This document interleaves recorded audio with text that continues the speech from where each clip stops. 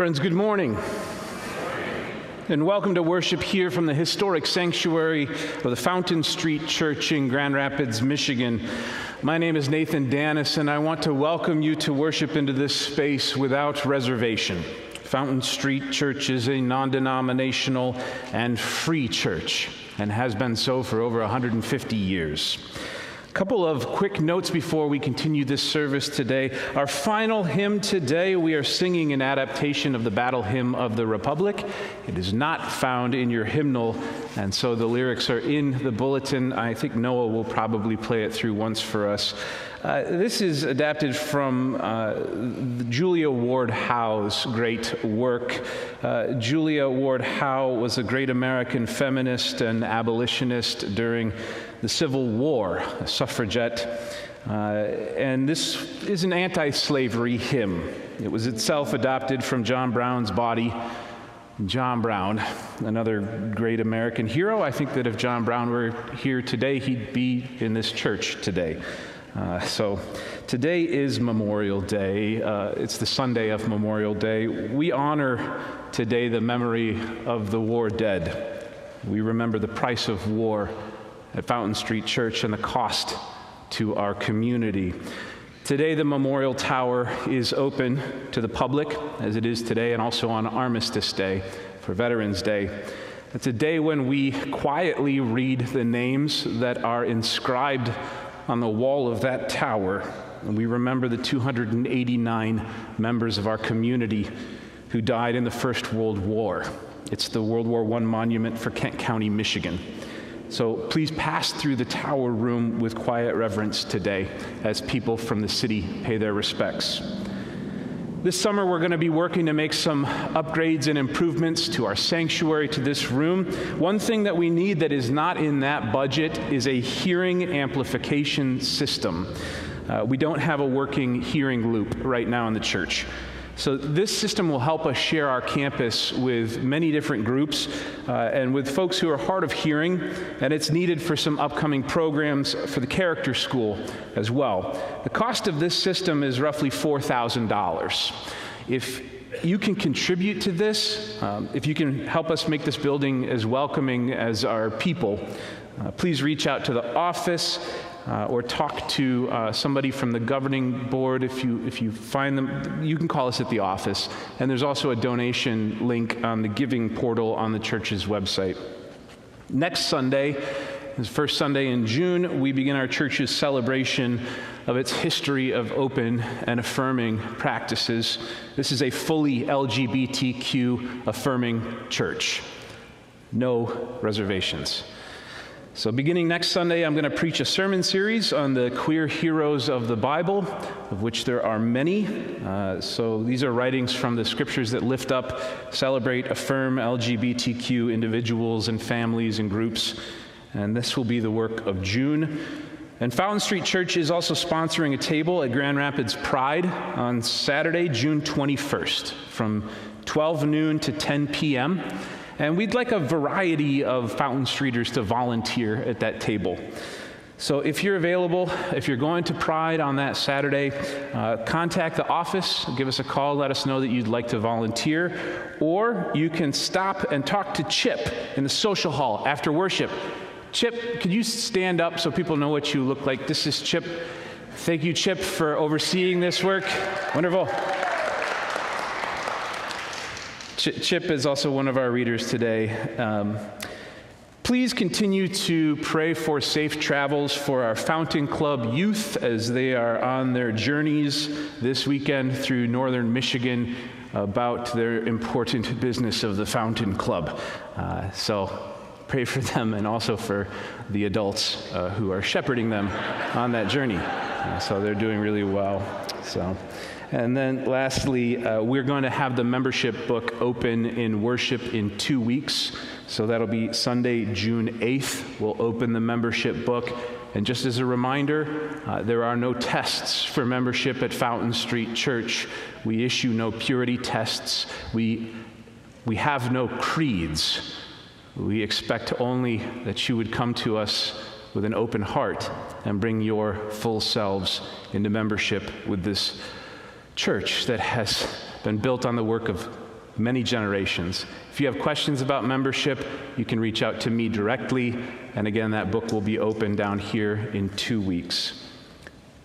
This day is a day that we set aside to reflect on the work of peace. Peace is not simply an ideal at this church. It is a discipline and a practice, and we practice it together. I'm going to offer you a word of peace that you can return to me if you wish, and then I'll invite you to stand and greet each other with words of peace. Friends, may peace be with you.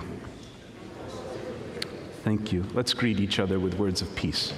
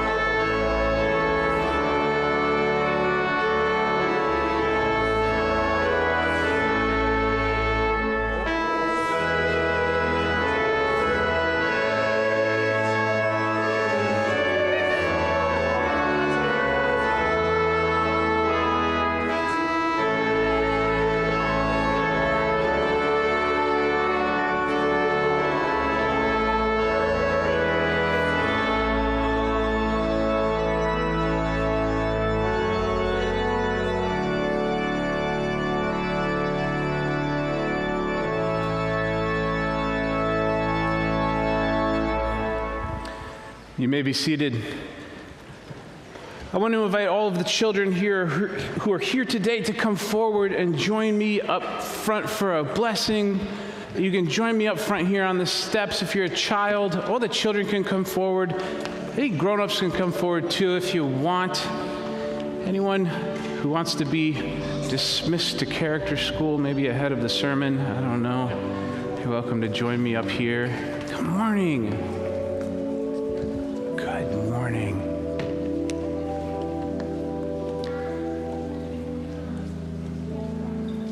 Good morning. Welcome. I want to ask you something really quickly, and then we are going to go ahead and get you blessed and on your way, because I know that you have important work to do today. Does anybody know what today and tomorrow is? First of all, how many of you have this tomorrow off from school? Is some of you? Yeah? Yes, I do. Yeah. Tomorrow. Does anybody know what this weekend is? Anybody? It's Memorial Day. Yeah? Yeah. Okay. Memorial Day is a day when we work together to remember the cost of peace, and we work together to promise that we're going to be peacemakers in honor of that cost. It is really hard to be peaceful sometimes. I have a really hard time being peaceful. I had 2 siblings growing up, but I think that probably the most important thing for me is to just keep in mind that it takes work to be peaceful.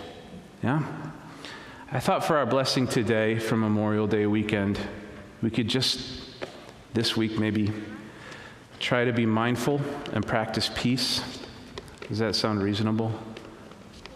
Yeah? Okay. All right, go ahead and raise a hand or a foot or 2 hands. You can raise, and I'm going to have you repeat after me if you want to, okay? This week, we will work to be peaceful. Okay. You can make your way to character school, and I think who's leading the parade today? Oh, wonderful. Excellent. Just follow the grown-ups and make your way all the way across campus.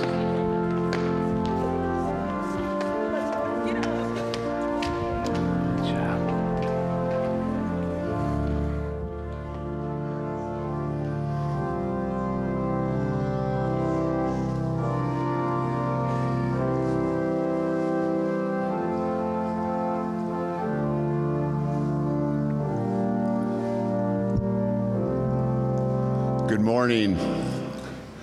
I am Chip Wall, the person that was just pointed out. Anybody that wants to volunteer, we're still looking for folks. Please give that some thought. This is totally unscripted, but I love Fountain Street Church. I love the people at Fountain Street Church. Just before I walked to the front of the church, Sharon at our welcome desk, who is there every single week, approached me and said, "Can I share with you a story about what you're about to read?" And so, Nathan, if you don't mind, I didn't ask, but we're going to do it. Sharon actually was a college roommate with Clinton Scott's granddaughter, Faith. So it's interesting to me how connected to everything is. When Faith graduated, Sharon was there, and I believe she said it was 1985, somewhere in there. She gave me permission to share this story. And she actually wore the robe of Clinton Lee Scott at this party that was held afterwards. So I just love how connected we are. So I thought I'd share that with you. Please follow along with us, if you would, in our reading this morning. Always, it is easier to pay homage to prophets than to heed the direction of their vision. It is easier, blindly, to venerate the saints who learn. To worship the wise is much easier than to profit from their wisdom. Great leaders are honored, not by adulation, but by sharing their insights and values. Grandchildren of those who stoned the prophet sometimes gather up those stones to build the prophet's monument. It is easier to pay homage to prophets than to heed the direction of their vision.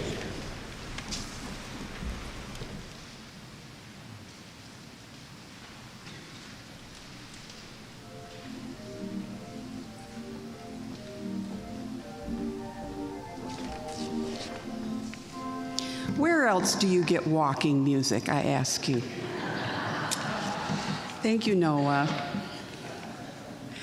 Our second reading today comes from the book of Micah, chapter 6.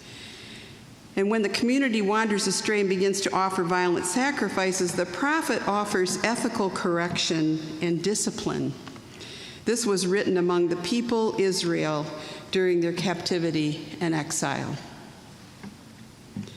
With what shall I come before the Lord and bow myself before God on high? Shall I come before her with burnt offerings, with calves a year old? Will the Lord be pleased with thousands of rams, with 10,000s of rivers of oil? Shall I give my firstborn for my transgression, the fruit of my body for the sin of my soul? No. She has told you, O mortal, what is good, and what does the Lord require of you, but to do justice, and to love kindness, and to walk humbly with your God.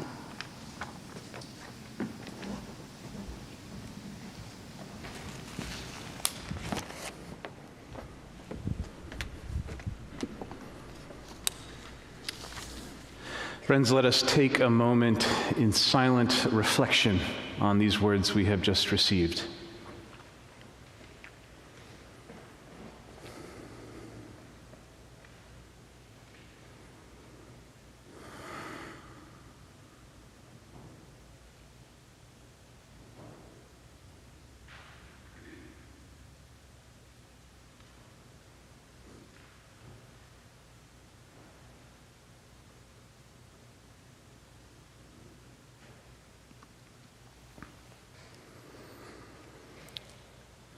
She has told you what is good. One of the unmistakable benefits of being too spiritual for the atheists and too free-thinking for the Christians is you get really good at not caring what other people think. And this also kind of can provide you with a little bit of distance as well. When you're not going along with the crowd. It can provide you with distance from religious behavior in general. And it lends itself toward observing certain religious behaviors among the general population that can go unnoticed. For example, I have never once in my life had any issue with gay people falling in love or getting married. It never occurred to the people who raised me that this was an issue, and so it was never an issue for me. It takes religion to make a child hateful, especially toward people who are different, because those differences have to be pointed out and given names. And to get a little bit more Calvinist on you, we've been traveling together for almost 9 or 10 months now. I feel a little safer here. I'll say, it takes idolatry, the worship of some power or principality, to make children hateful.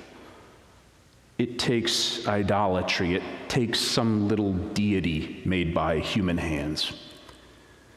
Homophobia and bigotry are idolatries.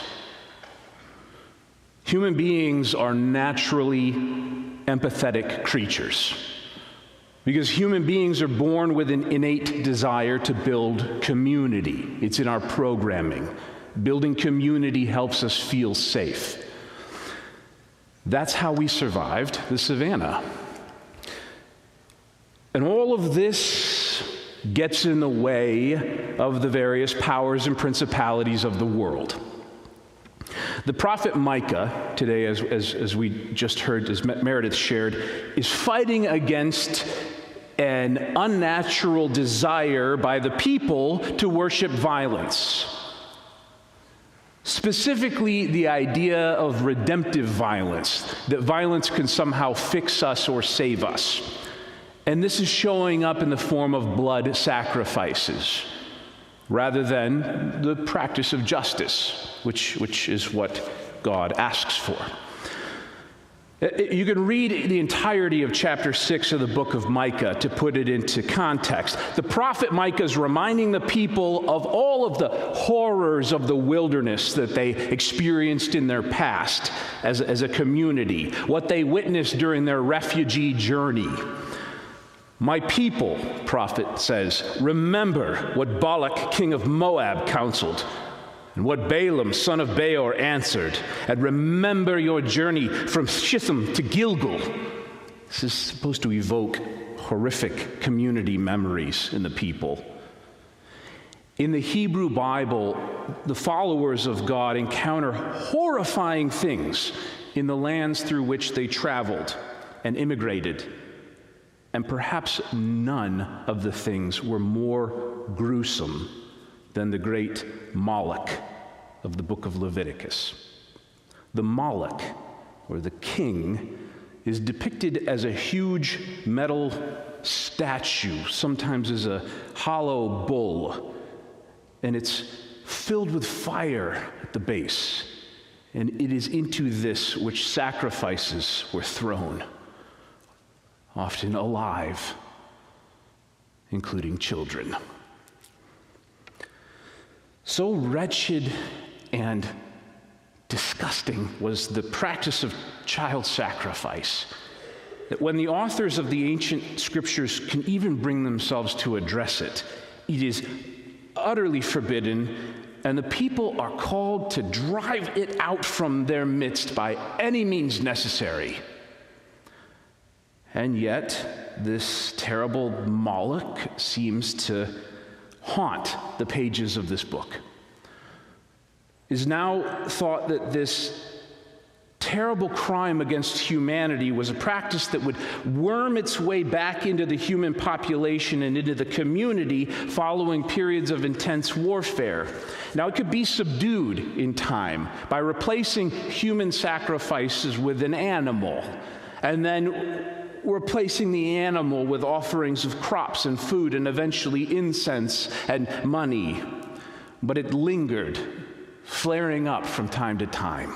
And so it was that it wound its way into the cult of Jesus, even in the Christian church, in this terrible formulation around his death, read through the lens of substitutionary atonement. It's not in the Bible. It's this piece of the powers and principalities that are hungering for a living sacrifice. So they read that into the story of his death. But this is what the prophet Micah is desperately preaching against. What shall I offer the Lord?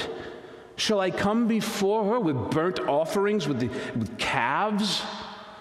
Will the Lord be pleased with thousands of rams? Or shall I give my firstborn for my transgression, the fruit of my body for the sin of my soul?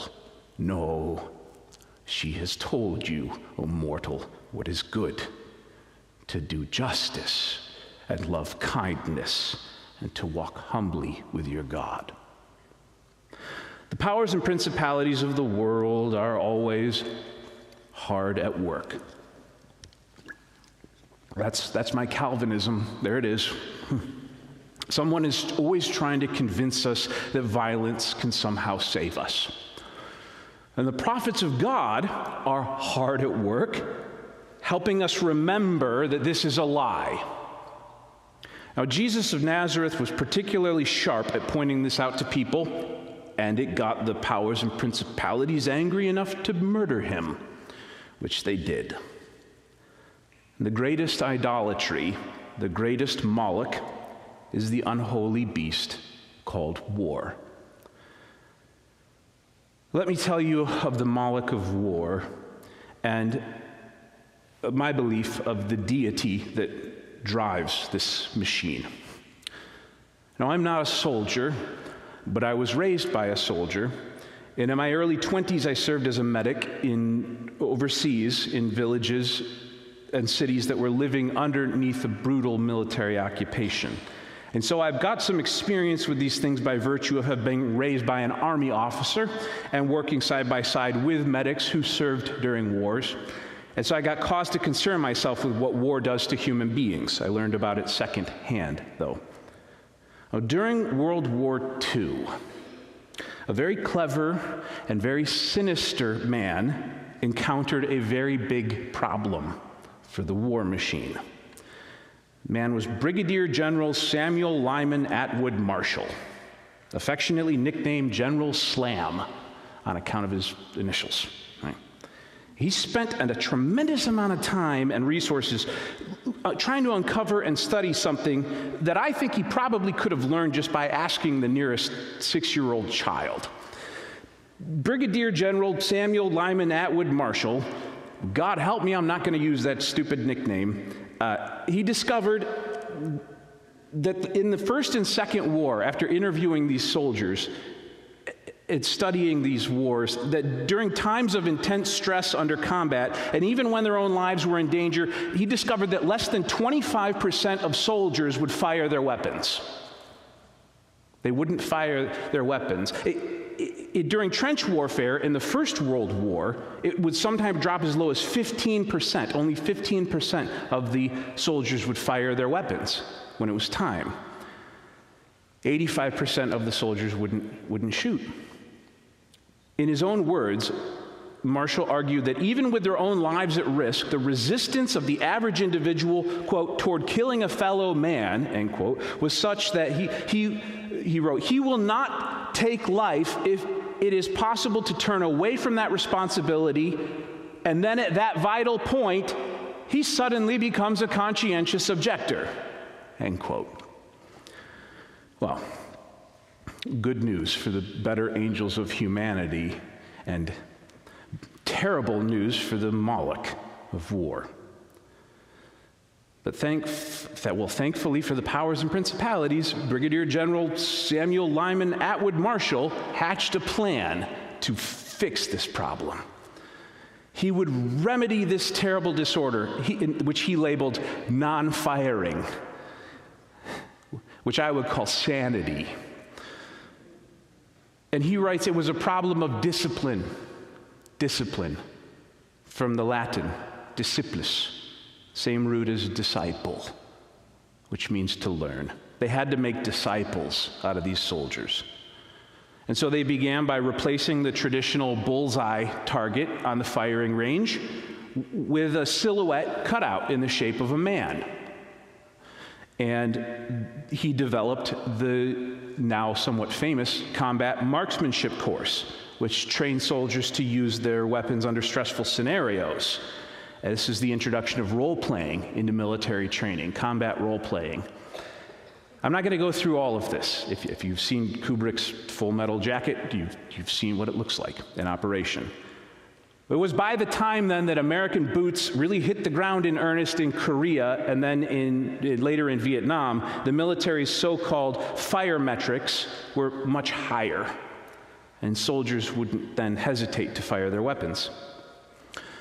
There were two other somewhat incidental results from this diabolical research of Brigadier General Marshall. The first, and most pressing, I think, for us here in Grand Rapids, is that all of this training he developed has now managed to make its way home and established itself in our domestic police operations. This is important. When I was a boy here in this community, I remember a police officer coming to visit my little elementary school in Caledonia, Michigan. And he was this really kindly older fellow. I think he was a statey. He'd come to our school to teach us about a new thing that they were doing. It was to encourage us to wear our bicycle helmets when we were riding our bikes. This was novelty at the time.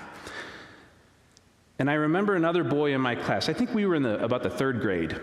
And the boy, we were sitting in the assembly in the cafeteria, and the boy next to me raised his hand, and he pointed at the officer's service weapon. I think they probably carried little .38 revolver. The boy asked him, "Is that a real gun?" And this friendly officer said, "It sure is. It's my service weapon, and I have to wear it whenever I put on this police uniform. And I'm proud to say that I've been on the police force for almost 30 years, and I've never once unholstered this gun in the line of duty. Not once." And well, that was maybe 1993 or 94. Now, following 9/11, following the terrorist attacks that happened on 9/11, military combat training began to be introduced to our domestic police forces in earnest, including a police training program that is called, and I'm not making this up, Killology. This is all in order to get our cops to fire without hesitation. Same issue they had in World War I and World War II. And today, now, 20 years later, it seems like the cops will unholster their weapons between the words, "May I please," and "see your driver's license." Grand Rapids is tearing itself apart today over this. Patrick Lyoya, a new American, was killed because we've allowed our peace officers to become soldiers trained to kill. Which brings me to the second discovery that arose out of this horrific program of discipleship and service to firing weapons. Military psychologists have been studying the conditions underlying combat fatigue since the Civil War. Today, it was most recently known as post-traumatic stress disorder.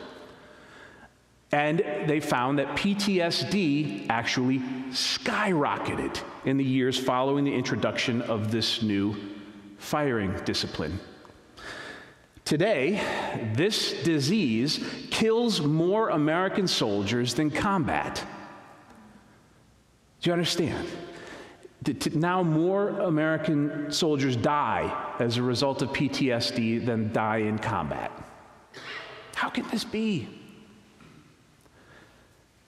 They originally thought that PTSD came from exposure to battle, and they were wrong.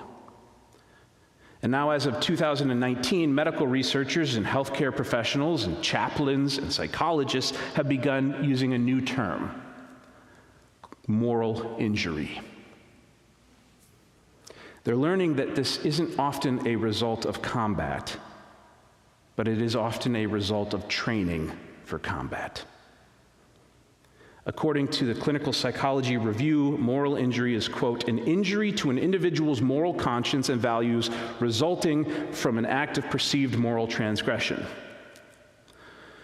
Now, in my own professional formation, I learned about the psychospiritual effects of moral injury under Professor Rita Nakashima-Brock, who is one of the founders of the Soul Repair Center at Bright Divinity School at TCU. And Dr. Brock worked with military veterans, and she wrote about military training today. Quote, "Moral injury occurs when veterans struggle with a lost sense of humanity after learning to transgress deeply held moral beliefs." End quote.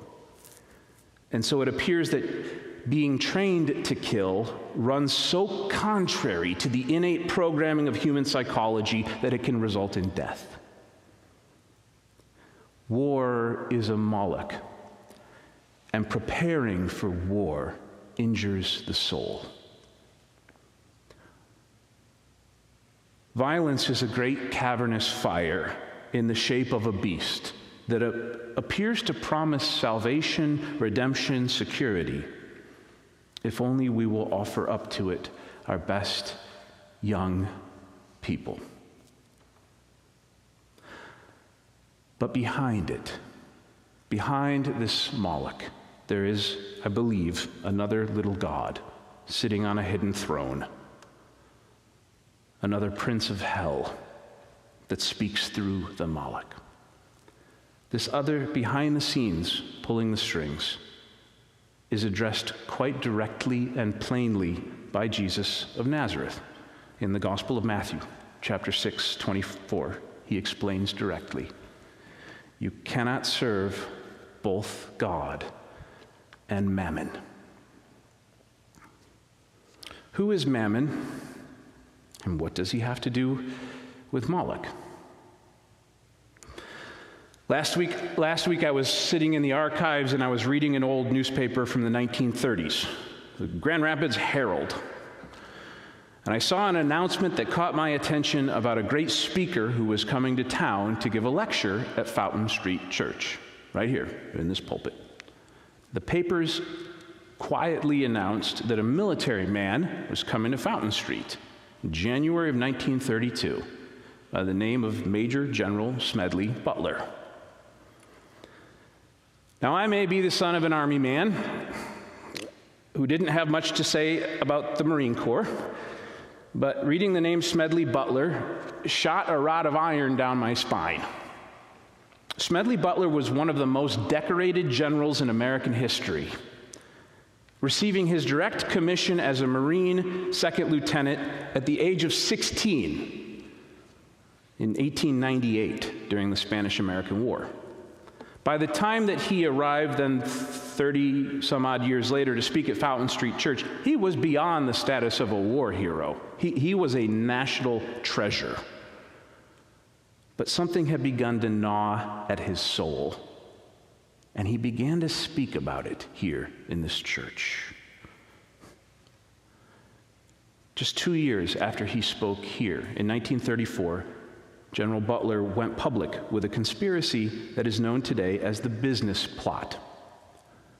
Butler confessed publicly that powerful business interests in the United States had attempted to recruit him to lead a domestic military coup to overthrow the presidency of Franklin Delano Roosevelt, and then install, in his words, a fascist dictatorship. He was so disgusted by this plot that he revealed everything that he could about it to the public, to Congress, to anyone who would listen. It destroyed his career, and it changed him forever.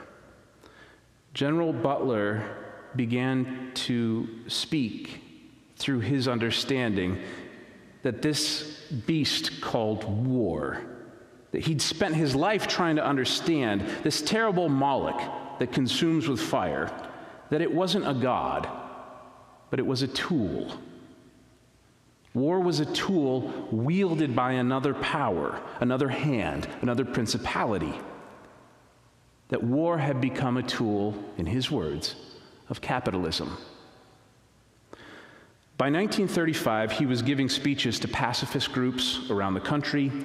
He became the spokesman for the American League Against War and Fascism, and he published his life's work, a little book with a red cover and big white letters that titled simply, "War is a Racket." It was Major General Butler's great confession. And he wrote, quote, "I spent 33 years and 4 months in active military service. And during that period, I spent most of my time as a high-class muscle man for big business, for Wall Street and for the bankers. I was a racketeer. I was a gangster for capitalism.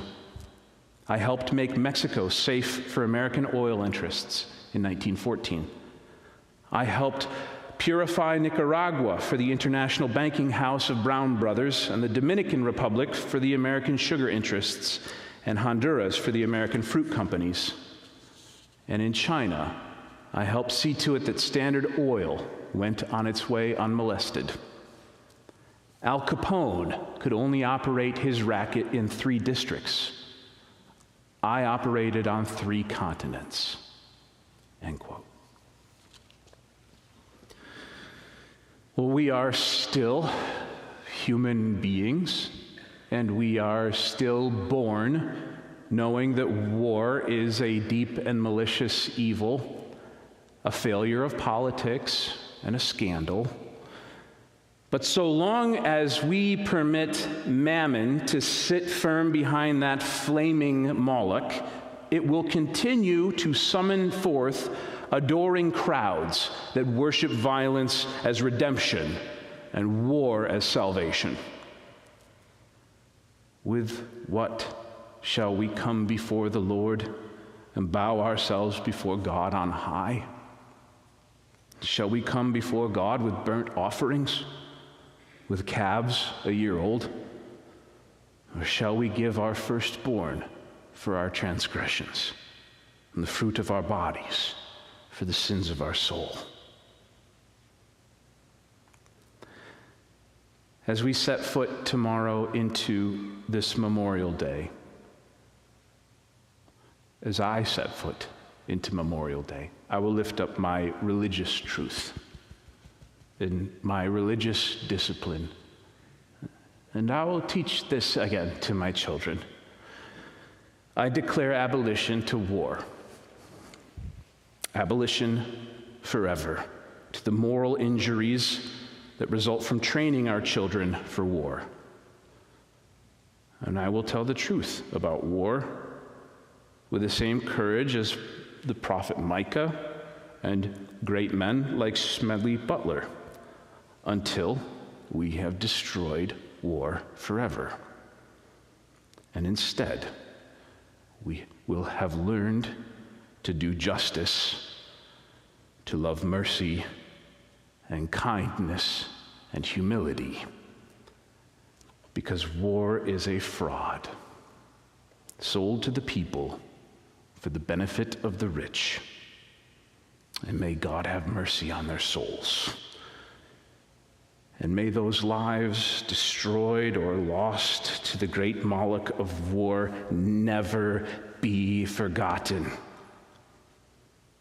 Even if we must continue to inscribe them into the stones of the walls of our churches, may the war dead never be forgotten, lest we forget the terrible price that is asked. So may it be.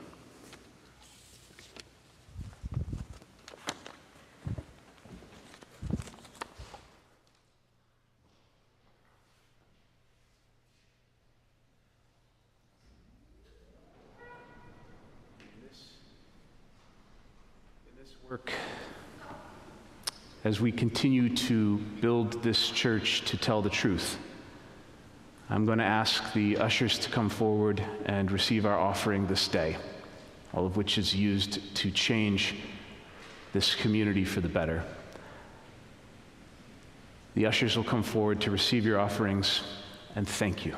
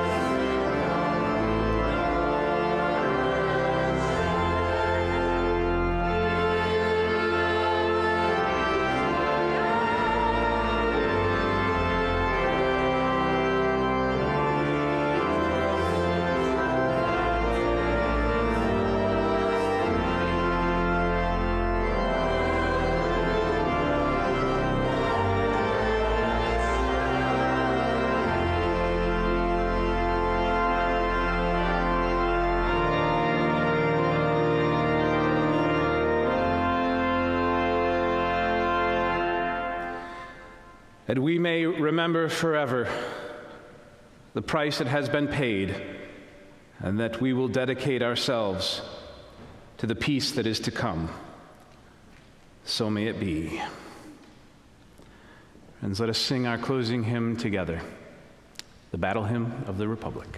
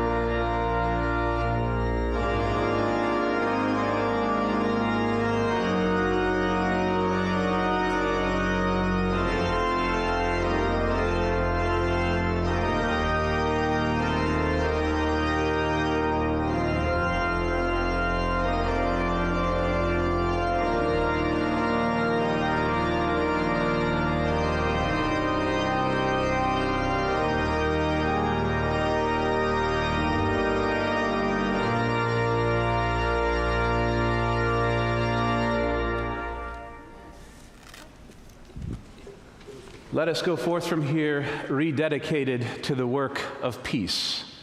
Fountain Street Church, you have everything that you need. Go forth in peace to love and serve.